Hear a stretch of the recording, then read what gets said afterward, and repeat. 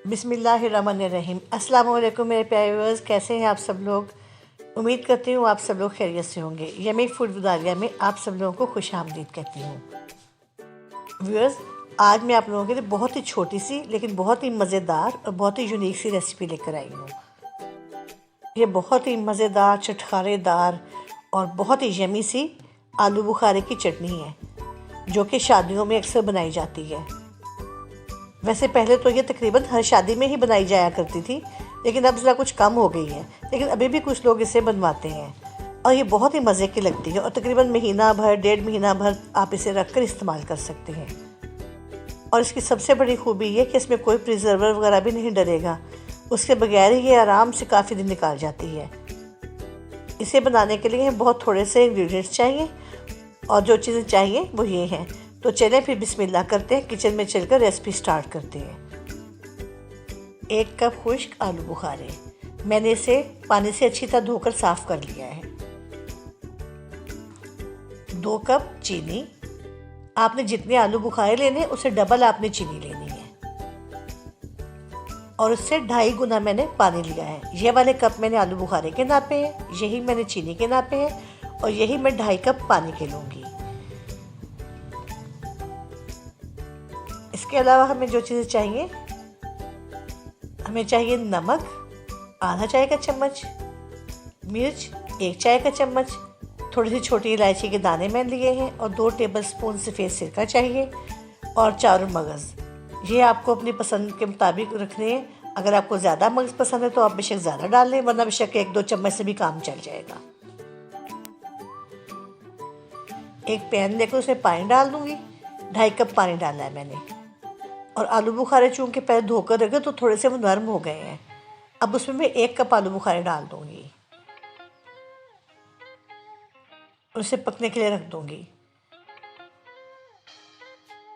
पकाने से बहुत सॉफ्ट से हो जाएंगे। आपने इसे इतना पकाने से गुठलियाँ अलहदा ना हो, लेकिन आलू बुखारे सॉफ्ट हो जाएं।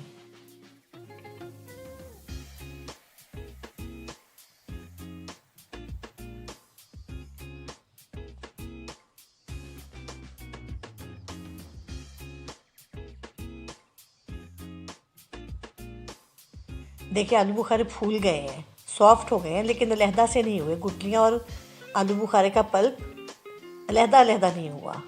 अब मैं इसमें 2 कप चीनी डाल दूँगी।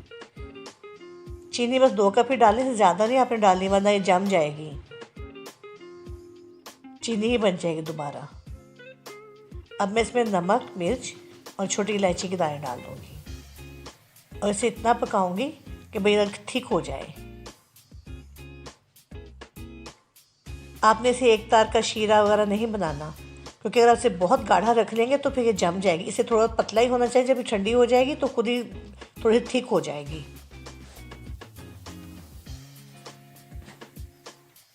देखिए ये गाढ़ी होती जा रही है।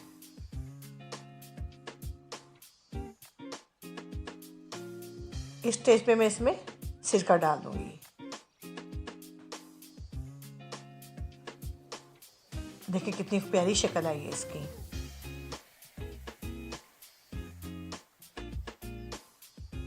अब मैं इसमें 4 मग्स भी डाल दूंगी।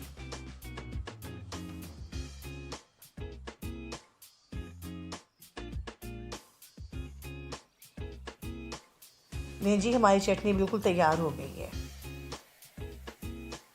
यह है हमारी चटनी की फाइनल लुक। बहुत ही मज़ेदार चटनी तैयार हो चुकी है। इसे आप किसी भी चीज़ के साथ एंजॉय कर सकते हैं, पकौड़ों के साथ, पराठे के साथ, किसी रोस्ट चीज़ यानी ड्रम स्टिक्स वगैरह के साथ, किसी भी चीज़ के साथ बहुत ही मज़े की लगती है। वैसे मेरे हस्बैंड तो इसे चम्मच के साथ वैसे ही खा जाते हैं। उम्मीद करती हूँ ये रेसिपी आपको अच्छी लगी होगी। अगर आप लोगों को रेसिपी अच्छी लगी हो तो प्लीज़ से लाइक और शेयर कीजिएगा और मेरे चैनल को सब्सक्राइब कीजिएगा। तो इंशाल्लाह फिर मिलेंगे किसी बहुत अच्छी, बहुत ही मज़ेदार से नई रेसिपी के साथ। तब तक खुश रहें, खुश रखें। ओके जी, अल्लाह हाफिज़।